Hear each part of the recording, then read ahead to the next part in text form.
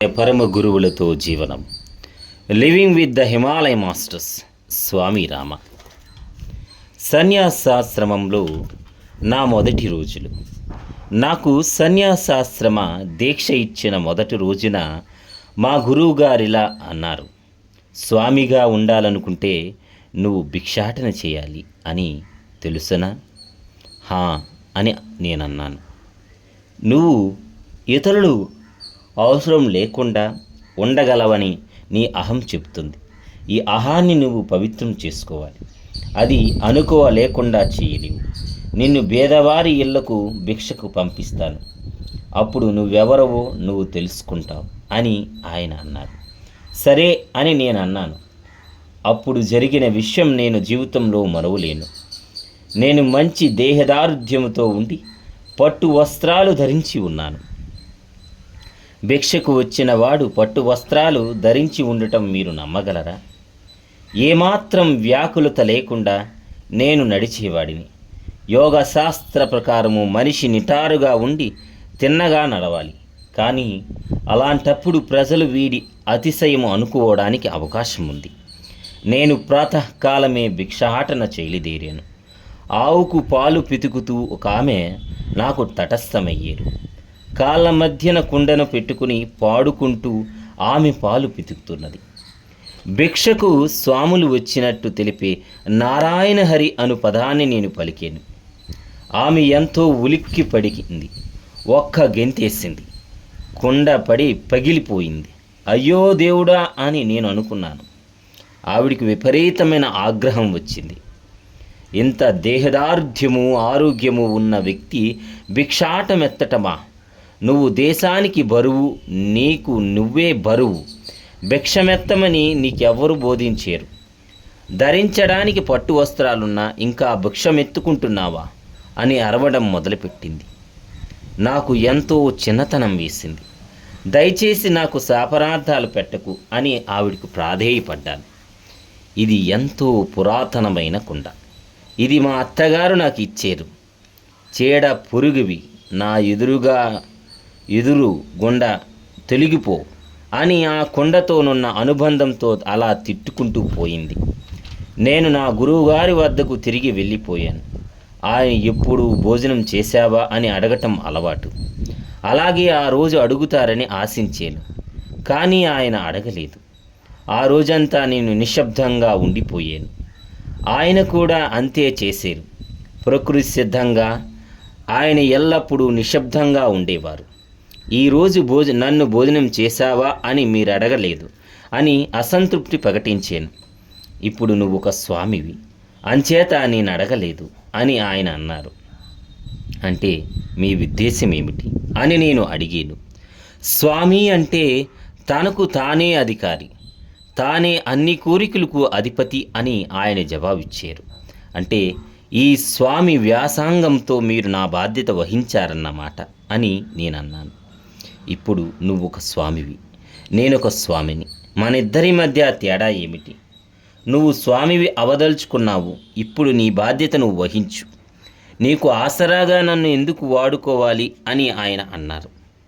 నేను చింతాకాంతుడై ఆలోచనలో పడి ఇక నేను స్వతంత్రుడిగా ఉండాలని నిశ్చయించాను. ఈ రోజు నుండి ఏమైనా సరే ఇక నేను భిక్షకు వెళ్ళనని శపథం చేస్తున్నాను.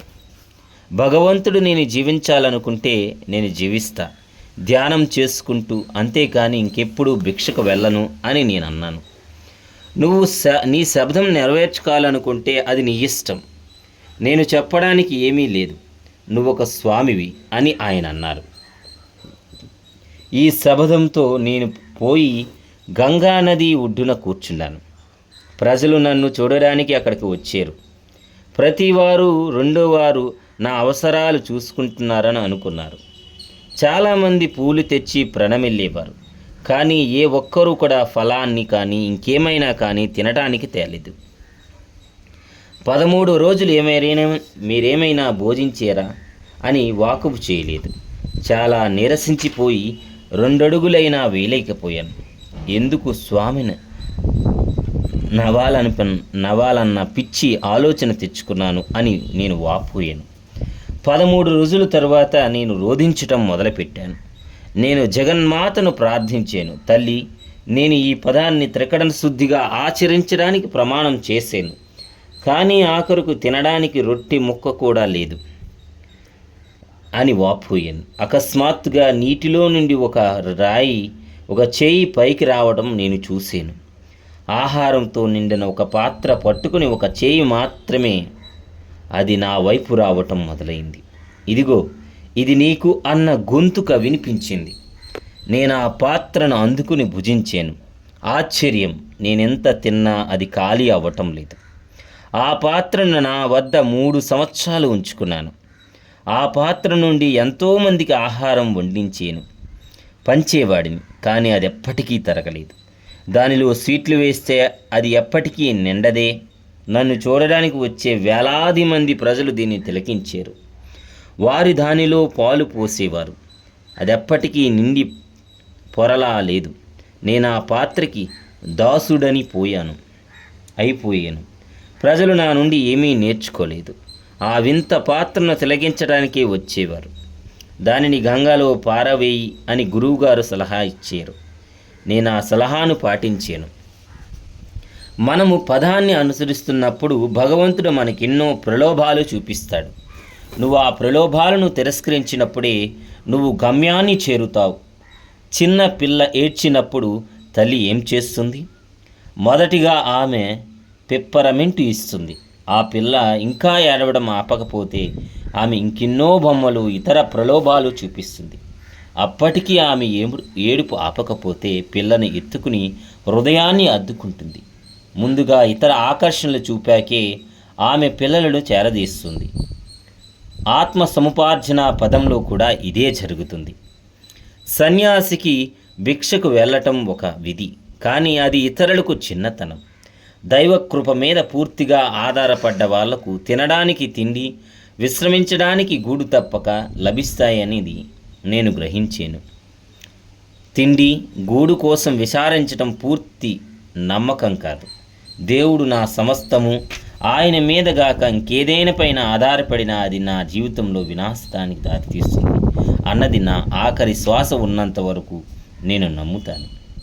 నాకు కావలసినవన్నీ సమకూరుస్తూ భగవంతుడు నా ముందు ఎల్లప్పుడూ నడుస్తున్నట్లు నేను గమనిస్తాను.